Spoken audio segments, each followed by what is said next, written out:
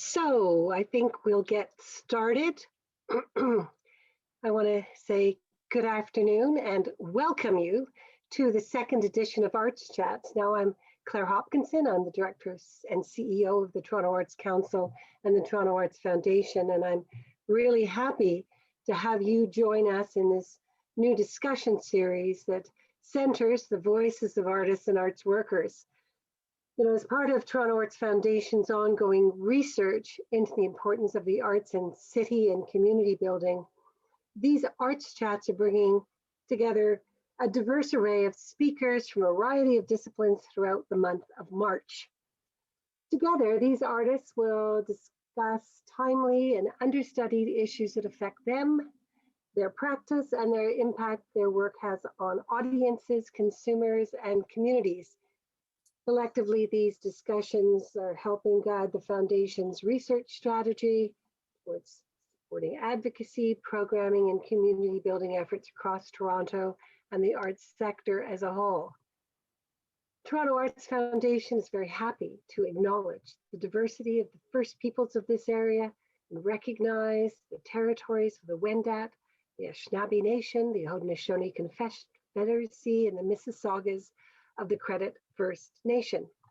Today, Toronto is still the home to many Indigenous peoples from across Turtle Island and around the world, and we are grateful to have the opportunity to work, to live, and to meet on this territory.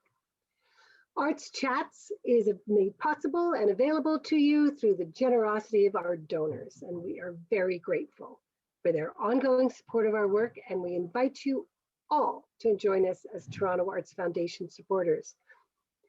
After this session, you'll receive a follow-up email with a link to a feedback survey. Please fill it in, as well as information on how you can contribute to our ongoing community-based work and our growing suite of COVID-19 response effort initiatives that are helping artists and arts organizations with mitigation, resilience, and recovery during the pandemic. And this includes Arts Chats. In today's discussion, what is success? Metrics, impact, and creative practice. Our panelists focus on the strategies that the sector has been using in the last year to understand impact, the struggles to understand success in this new environment, and how our current context is reshaping conversations about impact. Leading this discussion is our very own research and impact manager, Dr. Sean Newman. After working for many years as a dancer and choreographer, Sean switched gears towards academia, earning his PhD in cultural studies from Queen's University. His past teaching and research has focused on race, gender, and disability in the arts. And here at the Foundation and our sister organization, Toronto Arts Council, he leads all research projects and evaluation activities. We are so grateful to our wonderful panelists today who Sean will introduce. Thank you for your insights. And now, Sean, over to you. Thanks very much, Claire. Really appreciate the opening. Thank you everyone who's attending today. We're excited about this new series. And as Claire mentioned, it is a research initiative, which is a response to the pandemic, but also born out of a host of interviews last summer with artists and arts workers in the city. We wanted to get a sense of how the shift to digital creation and content delivery was impacting the sector. And perhaps unsurprisingly, one of the common themes that interviewees spoke about was how understanding what success is or can be in a digital and virtual space has taken a number of twists and turns. People we spoke with talked about not only the challenges of quote unquote measuring success, and there are many ways, but also the opportunities to rethink what success means to them, their creative practice, and their organizations. So today we're going to take a bit of a step back from the specificity of the pandemic in order to place our current context into more of a continuum that allows us to see the COVID experience as one moment in time, albeit it is a rather lengthy moment, The ways that artists and organizations are now working to articulate success during the pandemic dovetails with pre-pandemic conversations aimed at better articulating the social impacts of the arts, which the sector has been struggling with for many years. There's been a long reliance on statistical and economic indicators, and this has largely meant that we lack a shared vocabulary across the sector that allows us to effectively communicate the importance of all of our work to funders, governments, donors, the public, and more. As Claire mentioned, I started out as a dancer, and then when I retired from performing, I moved into the humanities. And one of my interests in this conversation around success is how the arts sector has relied largely on social science methods and economics instead of the humanities and the arts in order to demonstrate impact. So to talk with me today about some of these issues and opportunities around success is a group of people who bring a wealth of experience as both artists and administrators. Jasmine Gee is a Singaporean-born interdisciplinary artist, arts programmer at the Real Asian Film Festival, and a writer and researcher based in Toronto. She is the co-founder of TACLA, an Asian Canadian Living Archive initiative, and runs an interdisciplinary arts and publishing studio, Te People. Her work explores counter archives, translations, traversals, and grief, and is grounded in grassroots communities. She is the author of 2 chapbooks and has been featured in Room Magazine, Held Magazine, Zine Theta, Guts Magazine, The Spectatorial, Panorama Journal, and Soft Blow, among others. She also does experimental paper arts as one half of the creative duo, Jabs. Ilter Ibrahimov is the artistic director of Fall for Dance North, Toronto's premier international dance festival. Born and raised in Istanbul, Turkey, Ilter moved to North America in 1998, first to attend Emerson College in Boston and then to live and work in New York City and Montreal before settling in Toronto. Ilter's own dance touring agency, Sunny Artist Management, was active from 2004 to 2020. As a creative mind in the dance field, Ilter is regularly invited to participate in festivals and conferences in Canada and around the globe as a curator and speaker.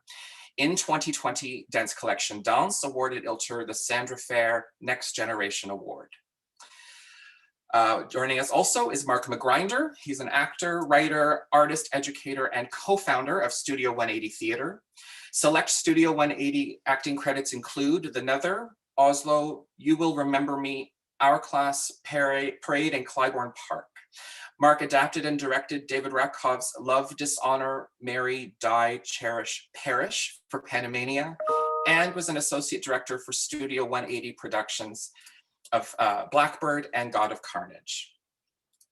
He spent 5 seasons at the Shaw Festival and performed in several reviews with the Second City's national touring company.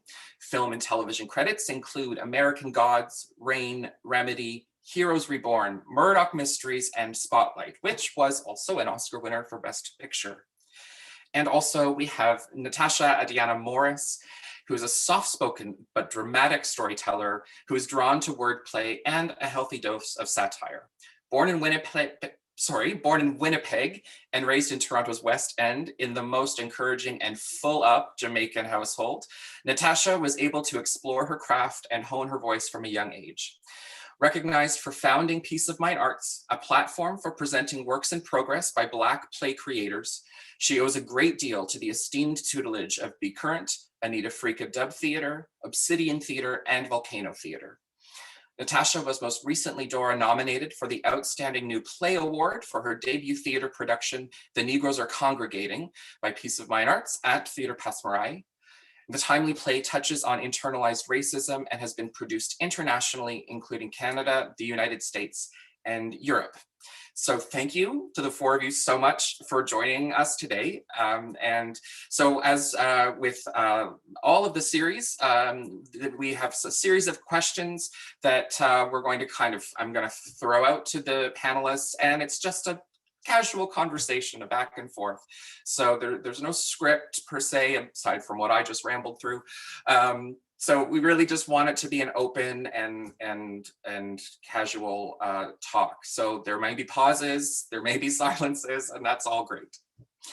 So as you know, thinking about success and the ways that we as individual artists and also organizations are asked to think about success, even before the pandemic, you know, what were some of the ways in both of those roles for you all that you were asked to demonstrate success and impact, and you know, before the March 2020, and have these expectations from any sources changed for any of you? And I'm just going to throw that one out to any of you to start with.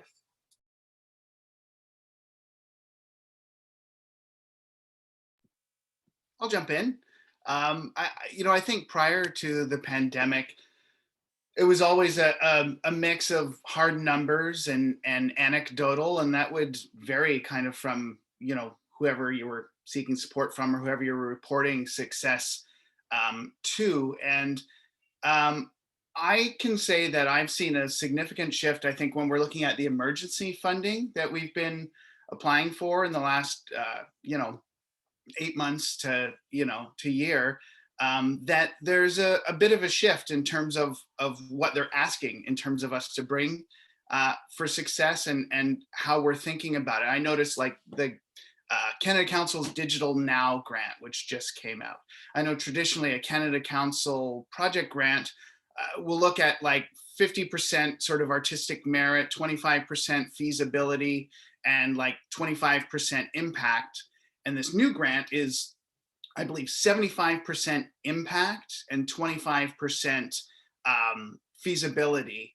And it's all about like, how can we just provide opportunities for artists? How can we make work? And it's not necessarily so like, how successful is the product that you create going to be? And I think that's been kind of enabling, because so many times the like criteria for success, you know, are monetary or attendance, and those criteria don't really enable risk taking. So I feel like a lot of the emergency funding is leaning towards enabling risk taking and just enabling in general. And I would love to see some of that carry over as we return to, you know, quote unquote normal.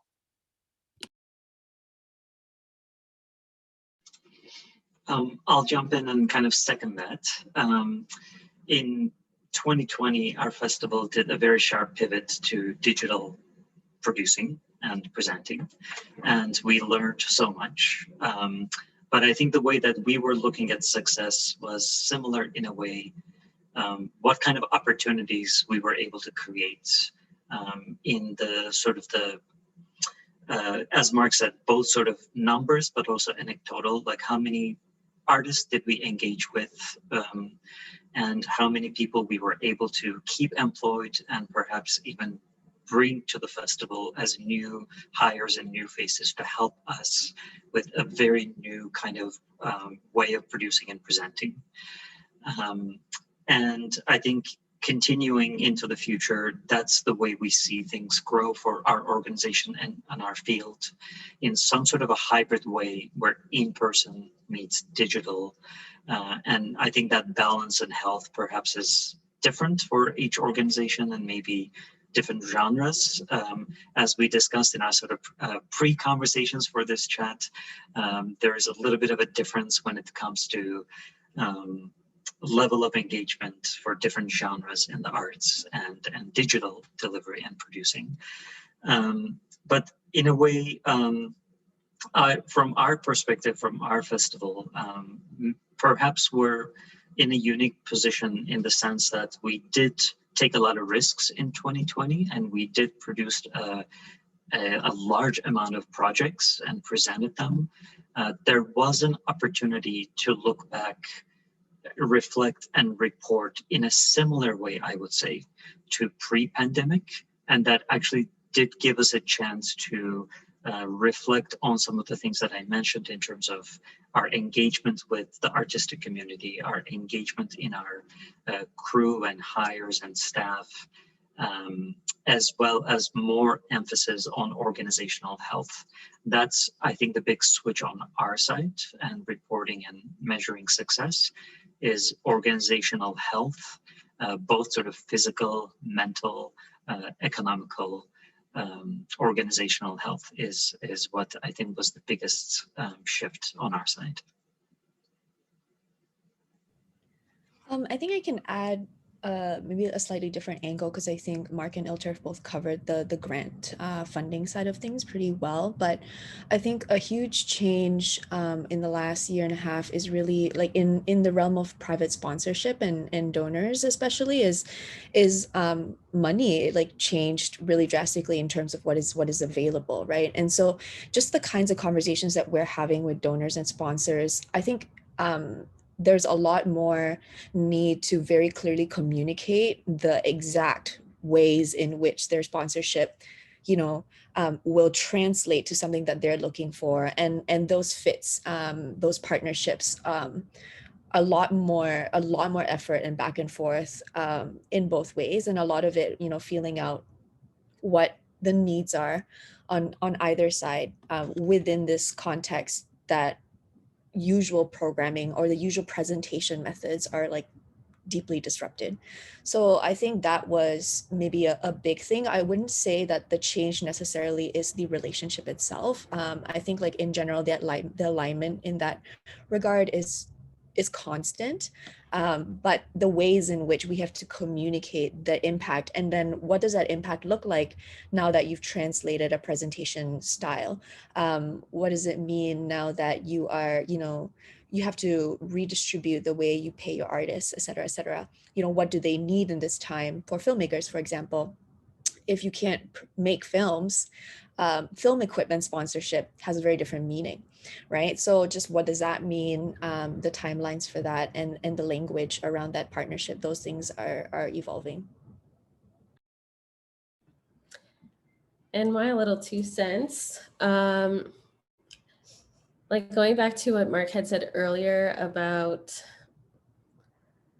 I guess, experimentation. A lot of our arts councils said, like, if you don't kind of meet your objective, a lot of the times it's okay. But I think it felt more like, I don't know, just a promise that wasn't really real.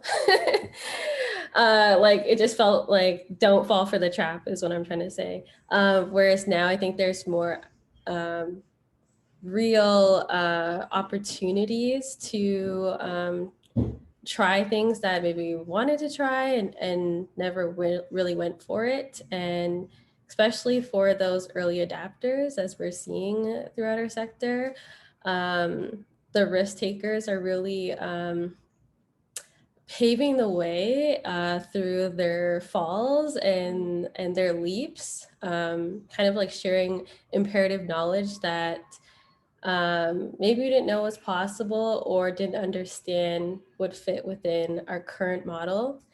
And with so much of the leadership changing, especially in the last 2 years, I think it's also a great opportunity for artistic directors to kind of leave a stamp of what is important to the organization at this time.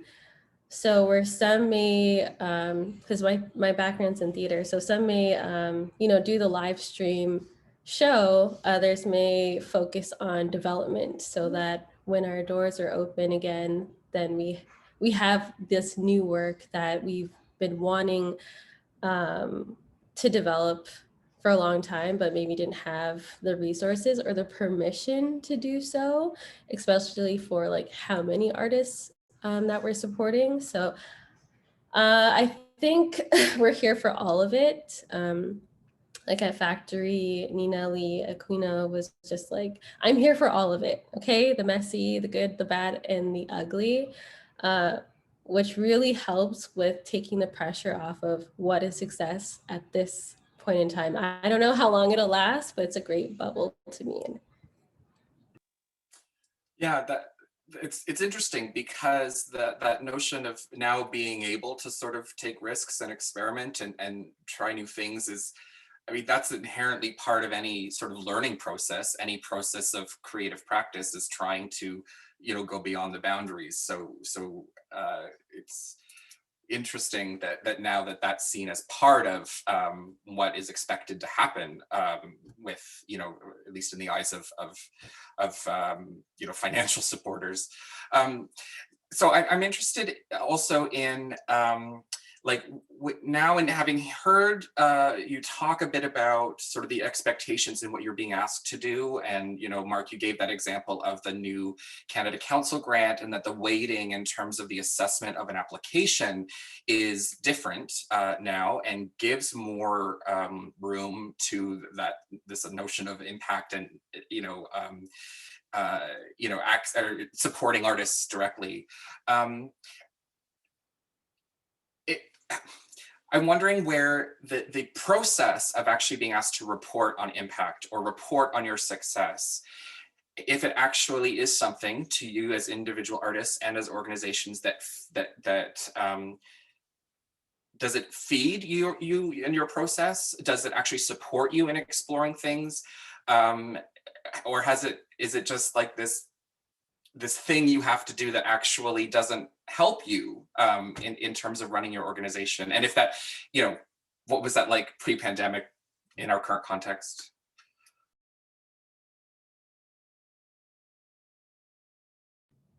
I think I can start. So I would say, that's a tricky question.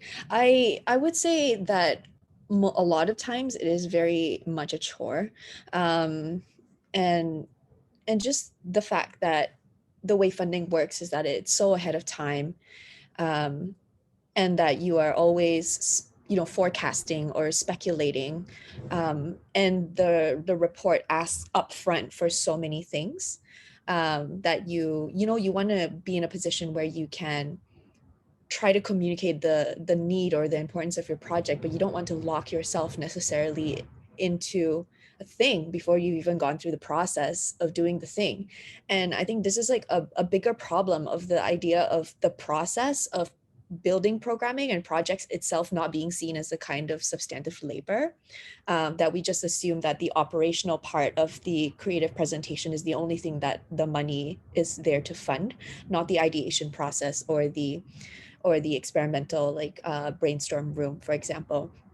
And so I think like the reporting on that becomes tedious in the sense that you have to fill that gap yourself, where you are like, I said all of these things back then, I got the money for these things, and then life changed, right? Life changed. Sometimes it's like a 6-month period before you hear back for funding, and that funding is not necessarily enough to cover your project, so you're juggling multiple pots of funding that have multiple interests, and you're just trying to answer to all the stakeholders and say, hey, my work is important to you and to you and to you and to you. And, it's that kind of a process. I think it is an exhausting process in which you have to constantly prove your value over and over again, in the beginning, and then again at the end, right? And then the problem being that the people who read your reports, they aren't at your programming. Like, they're not invested in that conversation, right? And so what you're translating for them, it's completely different, right? And so I think in a sense of financial stewardship, it might be useful in some capacity to have a record of what you allocated money to. It might be useful to have a starting point, like, here are my original objectives, this is the initial work plan that I planned. I think it works a lot better when it's short term, when the turnaround for the grant is like a month or 2 months. For if it's like a year long, or when you're applying for multi-year operational stuff, that is just a chore to then go back and be like, 3 years ago, here are the activities that I did, and this is all that, that part of it. And here's the impact. This is why these 3 events in this month of this year mattered now, right? So give me money again, please. So, I think that process in of itself is very exhausting.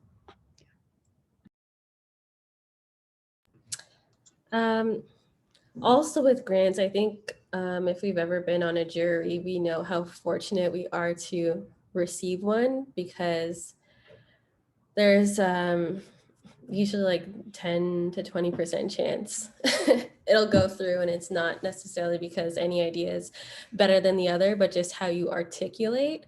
So it's like a good exercise to understand what your project is, but at the same time, you feel like you have to be like good in every subject. Whereas it's like, I'm good in math through the budget, I'm good in English or language, I'm good at like humanities and economics. Like there's so many questions that you hope you can pull your weight through. But I think with everything that's, I know we're talking about past and present and future, but just with the latest like TAC operating grant, for example, it being like 24 pages of notes and new questions and trying to like kind of cover all bases is what makes how we're measuring success difficult, because at some point you're like, what is the point? That we have to be good at everything, that we have to understand everything, or at the end of the day, like the artist first. And sometimes, and even in these times, it feels like it's more about like not offending anybody, being politically correct, just like you don't have a stain, and that's what's difficult.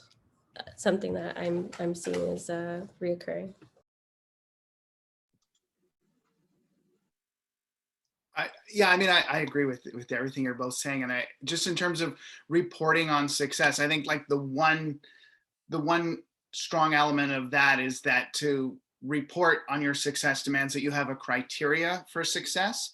And if we are really engaged in building our own criteria for success, as opposed to attempting to fulfill someone else's criteria for success, it gives you an option to sort of lay out priorities. So, and it can be a bit cart horse, because I think we're talking about reporting, we're often saying, how did you succeed in the work you've done? But like I think about, we have an education program, Studio 180 in class, and it came out of very generous support from the Trillium Foundation as part of an audience development grant. And as we set out to do that program, we had to articulate how would we measure the success of it. And I think it would have been really easy to say that success would be, we developed our audience, we had more students, our education program, we had more students coming to our shows, more bums in seats, and increased our bottom line.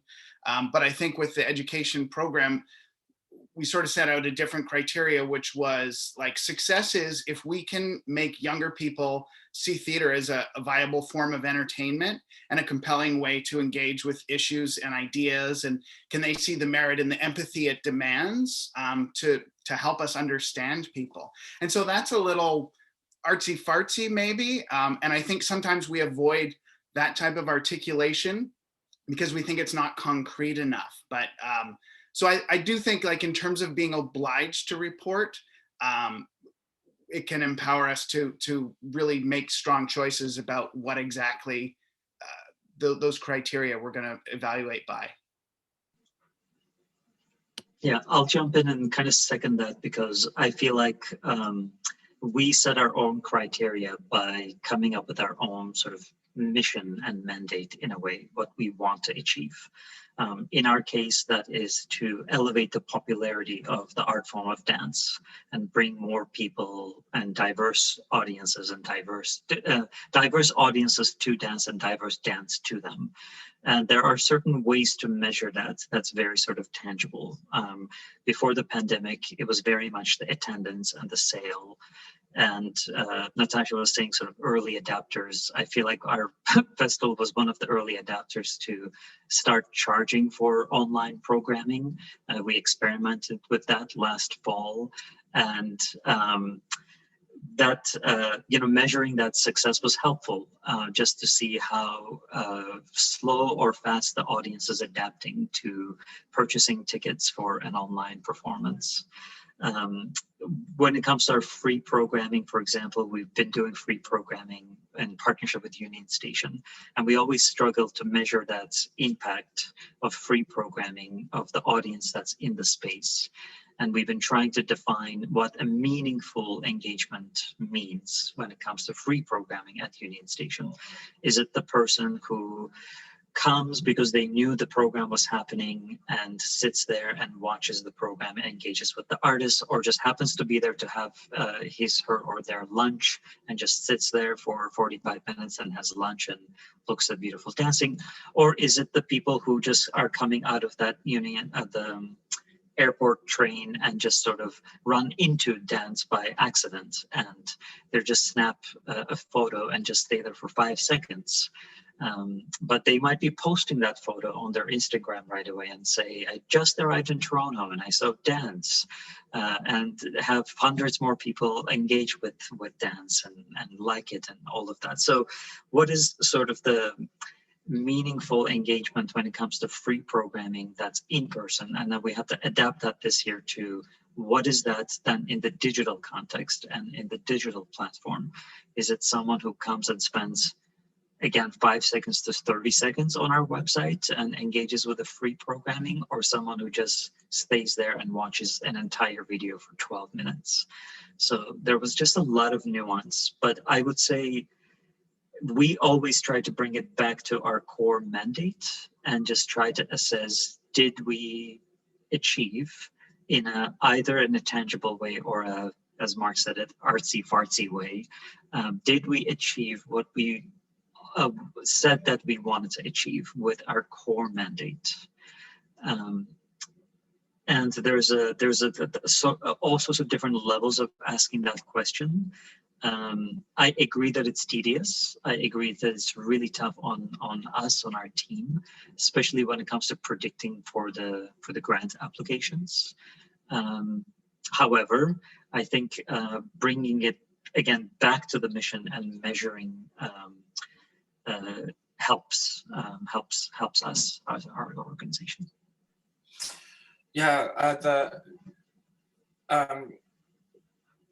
think, you know, Jasmine, you were talking about like things change between the time that you write the grant and then get the notification, and then you even have to report on it and on this whole process, and then with the, you know, through the actually the four of you talking, you know, like those intangibles that do emerge that you didn't even necessarily know perhaps would be a positive impact, and like how do you actually make space for capturing that and for you know, actually honoring that and allowing that to be part of the discovery, right? And that you know, so we met, you know, last week to sort of just touch base about a few ideas before today. And Mark, you had said that intangibles aren't strong arguments, and you know, this is certainly a sort of problem with sort of conventional impact measurement.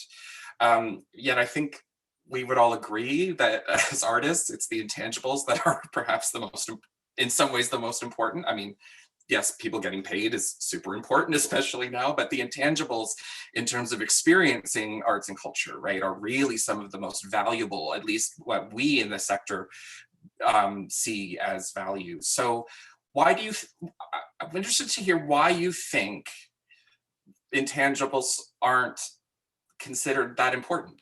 And I don't want to I'll jump in just because you're leaping off something that I said. Sorry to jump in right away, but I think that in that conversation, my point wasn't that intangibles aren't strong arguments, but that intangibles aren't perceived as strong arguments. And that's a product of existing in a capitalistic structure that just like demands certain metrics as a measure of success. And it also, you know, is a product of a system where if we don't have those economic successes, we don't continue to exist. So, but yeah, my point was that it can be frustrating to not be able to articulate. I think I referred to anecdotal stuff before, but those types of stories that are really about the magic of what the art can do and how it can transform. And but it's, I'm probably being unfair in saying that we're always demanded this versus this. Like I could go into two, you know, funding meetings back to back for our education program and not say the same word in either of them, because I go to this larger body and I say 37 schools with, you know, over 1,000 kids attended our 3-day thing, and you know, this, And then I go to that private donor who gives us a few $1,000s a year because they're interested in how education impacts kids and how theater impacts kids. And I can tell that story about the kid who comes up to me after and says, like, yeah, that was like, I kind of thought plays sucked, but that was kind of cool. And that's like a narrative that's, it feels weird to put in a grant, but telling that story and knowing that you know, one young person has maybe shifted their focus a little bit on the value of art is just so huge. So I'm all for, I think they are totally strong, but I think that often they're not perceived as strong. And when the strongest arguments, you know, when arts funding's cut, we say tourism and money and these people, and sometimes it's just like it feeds our souls, and it's hard to make that when you're trying to like really prove something. I think that becomes increasingly important as to something Jasmine said earlier when it comes to private support too. Very similarly, we have an education program where one private supporter gives a substantial amount for us to bring dance to middle schools and high schools. And the way that we pitch that proposal is really from the audience survey that we share with the students and teachers, and the anecdotes and the testimonials and the feelings that we receive back from them, and try to assess how their life maybe was a little bit changed, you know, at the show, and how they started to engage with the arts a little differently. I think that becomes really important, and I think it's important to find ways to collect that information as much as possible and measure that information and make sense of that information. Just before this panel started, we were asking Sean, how are we going to measure the success of this panel? And he said, well, we're going to send out an audience survey. And I think, you know, that's important. Sorry, Jasmine, I was just going to say, just to Iltra's point, we are sending out an audience survey, but then also I will be writing a sort of report of the entire series where I'm actually going to talk about just my own like feelings about success. So just for some more context. Jasmine. I think I would like to engage the thought at like maybe a little bit more of a conceptual level first, just because I think that it's not even necessarily that intangibles are important or not important, but that they're threatening. They're very threatening to organizations and structures that need to be able to measure success and value, because that's how they can own it. And that's how they can keep it. So I think that the reason why intangibles won't work when you ask structures of power for money is because they want to maintain their relationship to you as a structure of power so that they can give you money and that you will always be in the position of asking for it. So I mean, in that sense, then it's like a moot argument whether or not it's important or not important, because we fundamentally are all working in this exchange relationship where we understand that this is the power exchange that is happening. And I think that is a very obviously a large conversation that will always hang over the question of success, will always hang over the question of creative work, the work that we do.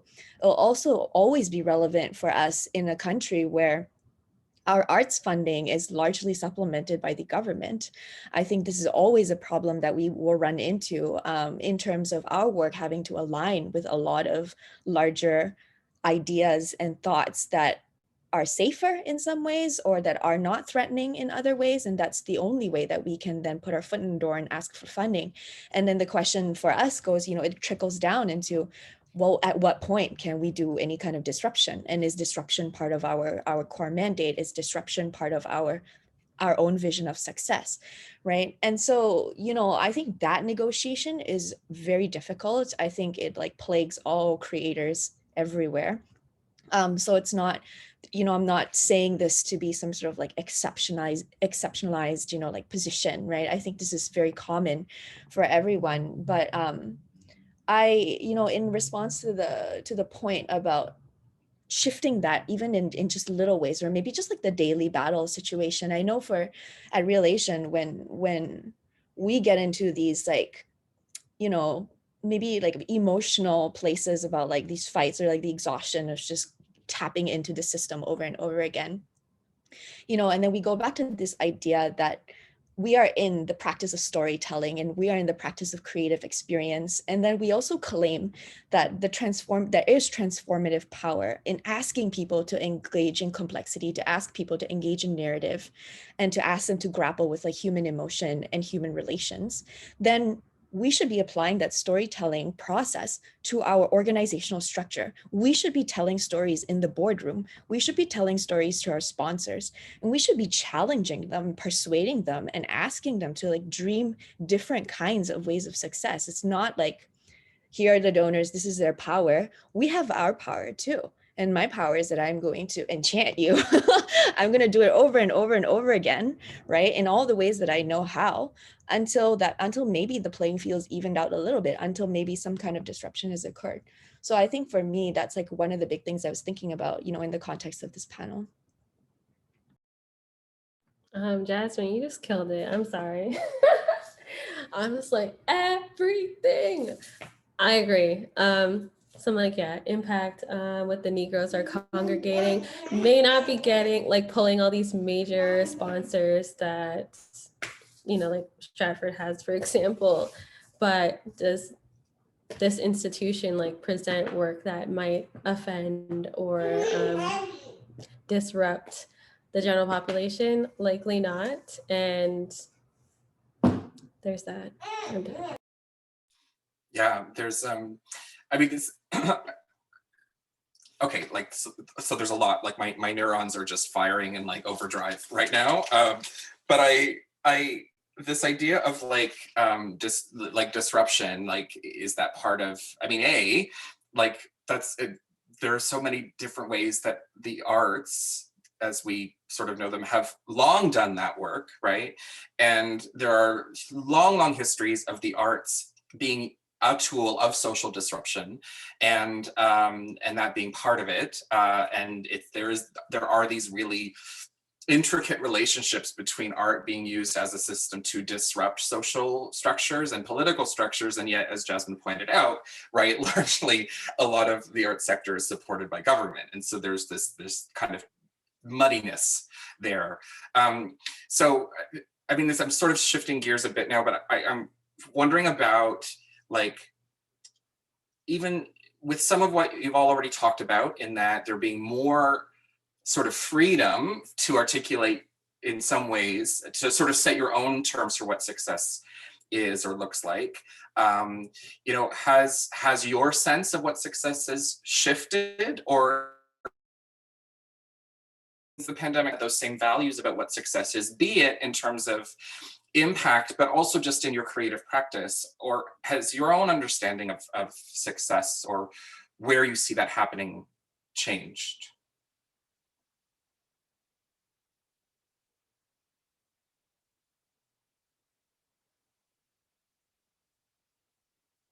I can go again first, because I think there is some sort of a continuing thread from what I was just thinking about to this one. And I think like shifting measures of success is a natural part of like an artist's evolution. And it's also a natural part of an organization's, growth. Size matters, how much money you are able to have matters, how many people you're accountable for and responsible to matters, the size of your community matters, all of those things. As you move into space and take up space, as you build things, you then become responsible for all of those things. And so I think that shifting context is ever changing, right? But I think specifically in the context of the pandemic, and not just the pandemic last year, because last year we also saw huge civil rights movements, worldwide, right? And Relation as a festival that, has as its target audience a diaspora that, largely falls under a category, however arbitrary that category might be, of Asian. We have a responsibility to answer to pressing questions, or concerns, or challenges, or difficulties of the time. And so I think what the shifting context allowed Real Asian to do in the last couple of years actually is to unlodge foundational stones in the organizational structure, because I think success and impact, they're influenced by legacy, and we're a 25-year-old festival, and so we have a lot of like history that we have to contend with. The older the organization, the more there is to be entangled up in, you know, expectations and opinions from intergenerational communities, relationships that started ages ago and aren't necessarily updating or rejuvenating themselves as the organization evolves. So I think the big shift for me was that sentences like "it can be done," "it cannot be done," "it should be done," and "it should not be done," they all now carry the same weight. Like it's always a toss-up which one you use, right? Because the pandemic and the civil rights movements that happened, they really shook up a lot of things at a scale that is difficult to box in. So because of that, you know, I think we can leverage all four of those statements in completely different ways to constantly be like switching up what success and impact mean. At least that was my experience in the last year. And very like differently, our organization is younger, much younger, and to me it's almost like measuring success is almost like not allowing us to be entangled in certain relationships for the future, and staying as sort of fluid and flexible and agile as possible. But I think response to the current conversation, response to the current shifts is very important, and that's another way of we look at our success this year. How did we respond to the Black Lives Matter led civil rights movement? How did we respond to this idea that now that a year has passed, and it feels like 5 years has passed, but now that a year officially kind of has passed, our staff, our core family, our board of directors, our public, our audience, do they feel that we have survived, or do they feel that we have survived and we are continuing to somehow lead at the same time? So those are the questions that we're asking to ourselves, just to understand, are we still relevant? And should we continue to do what we do? Do we still have a place in the community? And, you know, I think both personally and professionally, the pandemic gave all of us an opportunity to pause a little bit and reflect and look at our practice, look at our organizations, and look at the place that we hold and the space that we hold in our communities and our connection to the communities. And that also was another level of conversations success, let's say, in our organization too. Just a audit of our relationships in the community, and how do we want to be plugged into the community maybe differently in the future, and take that time to build those relationships, renew those relationships.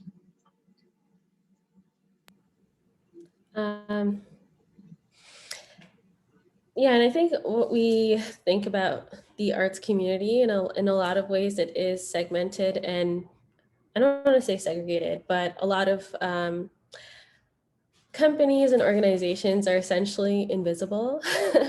And what is success for me at Peace of Mind Arts? It's like it has nothing to do with the larger, like, mainstream theater arts organization. For example, like, we had a blackout night, which was inviting audience members who identified as Black to come and see the show, which felt polarizing to some audiences that didn't identify that way. But ultimately, the show was hype. It like every joke and every nuance hit, and it was just like an energy you would not feel with any other performance. But that was in partnership with Theater Past Marai. Outside of that partnership, what Peace of Mind produces is always a blackout night for the most part. Majority of our audience are Black, and the content is from artists of the African diaspora. So that is normal, but I think the concept of like, is this a space that can be taken up by Black voices, Black narratives? Like, do we belong here? Even an artist beforehand, the show Bug that had went up had a similar show, and it's like, well, if you want to have like only Indigenous people up in the spot, like why don't you do it in an Indigenous place?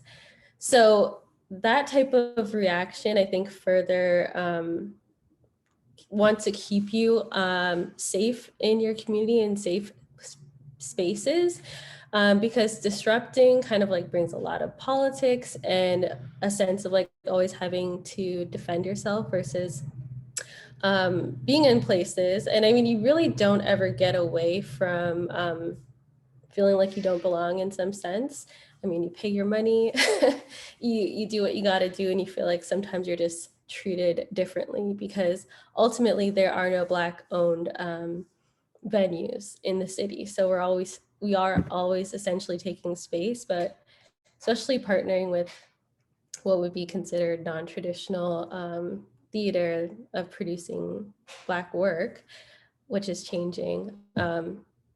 It's always a negotiation, but I think keeping that at core and center, that we're not trying to merge or like force ourselves to be liked or welcomed or belonging is a different choice from other artists. And there's also, for example, like the Black Pledge that has recently come out, asking theater companies to look at the way they program, the way they audition, the audiences, etc., to really welcome it to a larger community, this specifically the Black community.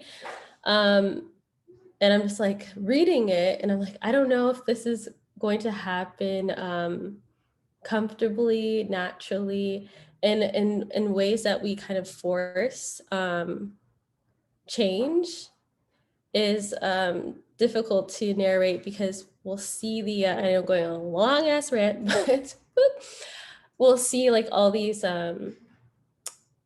messages in our inbox when Black Lives Matter was really popping in June about all these commitments. And then, you know, almost a year later, it feels like it's just a moment in time, but not a long-term commitment. So I think a lot of the change that we're seeing is really from those companies and organizations that have always been committed and leading the charge and partnering with those that really want to be supportive and about it, rather than people just kind of like scrambling to fit in.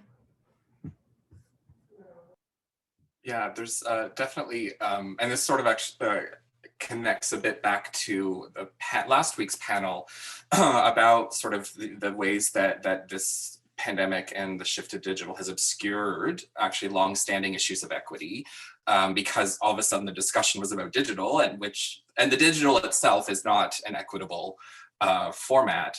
But I think, like Natasha, what you're talking about just reminds me of, you know, just because certain groups, people, communities are marginalized, just the fact that they're doing work does not mean that it's their job to be activists, right? Like, it's like they're just living their lives sometimes. They're just telling their stories. And sometimes that work does push particular, you know, sort of movements, but there's also like that's not the only reason for their existence.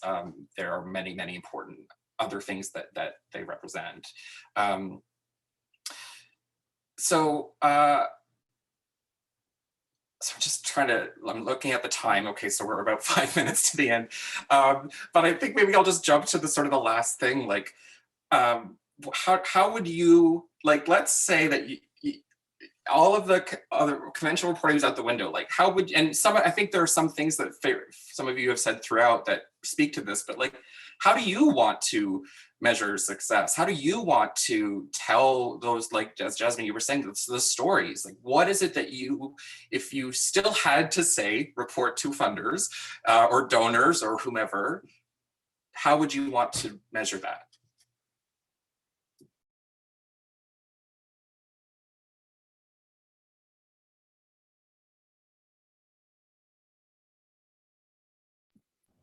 Oh, I unmuted because no one had yet, and I don't know that I have anything profound to say. You got something to run with there, Jasmine?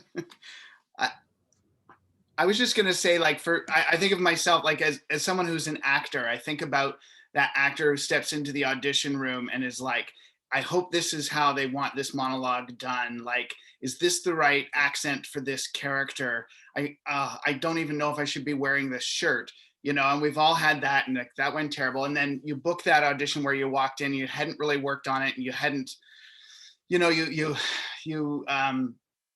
came in with less concern about fulfilling their needs, and you just came in for yourself and you were your authentic self. So I guess in terms of reporting, in terms of articulating what you want, I'd love to be not as the actor who doesn't do the work, but the actor who enters that room only wanting to be who they authentically are. And if you like that, great. And if you don't, that's okay. And it can, that kind of thing translate to the courtship of support and of funding. It's like, no, I have to try to stop articulating what I think you want me to say, because that's always going to ring false. I need to figure out what I really want to say, and I need to put that out there and kind of leave it at that. I think that's incredibly hard, like the scenario as an actor, and then applying that to anything, because it goes to what Jasmine was saying about power structures. How do we disrupt this system and put the onus back on us? I think just to go off of, you know, some of these conversations, and also what Natasha said earlier about, you know, the experience of last year in particular's BLM and the sort of overwhelming amount of support that showed up online. I think there is, what I feel now too is that in negotiating the reporting and negotiating funding and in looking forward, casting forward, there's this sense in which the pandemic is being considered an exceptional time, when actually all the pandemic has done is shown us how badly the systems are already. They've always been terrible. We've not had equitable systems for our artists. We don't have sustainable ecosystems for our administrators. You know, like there's so many pre-existing problems. The pandemic did not cause like a whole ton of new disruptions. They just showed us that we don't have the resiliency, we don't have the community care and support, and like we see where the money actually is, right? And it's not with people. And so, Mark at the beginning mentioned that like pandemic grant reporting now, the percentages, like they're looking very differently at the applications, right? When are they going to stop doing that? Right? And when they stop doing that is literally the same thing as when the posts start disappearing from social media. And, and that's when you start feeling like, okay, that was just a moment, right? And it was like a small little moment. It was maybe a breather for some, and for some others, it's material devastation. It's, real lives are gone. And so I think like success and impact, being stuck in this reporting format, there's so much to say about its inadequacy. But I think that if there's any takeaway, it's that like, don't make it an exceptional moment, right? Like all the lessons that we're learning now need real change implementations that are lasting. If you're taking time to listen to what everybody has to say, then that listening has to translate into something else, not just a temporary, switch in the percentages of evaluation. So I don't know if that exactly answers your question, but I do have this growing trepidation around like the way that we're talking about the pandemic as like something that will be over soon. That is like a very scary language to me. Yeah. Sorry, it is 2 o'clock, so we are gonna wrap it up. Sorry. Oh, my bad. I'm No, sorry. no, sorry. It's like had thoughts to say. I just want to quickly say thank you so much to all of you. This, again, the purpose of this whole series is to help Foundation with our research agenda and strategy. And so this is really great. Thank you, Marcia, for your interpretation. Thank you to the captioners. Next week, we're doing technology before, during, and after, moderated by the wonderful Heidi Strauss from Adelheid. And we'll explore the ways that artists have been engaging with the arts through technology and the hybridized forms of practice and delivery that are emerging and might continue to emerge. Thank you, Claire, again, for the introduction and for sticking around and listening in. And thank you, everyone, for attending. And please, we hope we see you next week. Thanks so much. Thank you, everyone. Bye.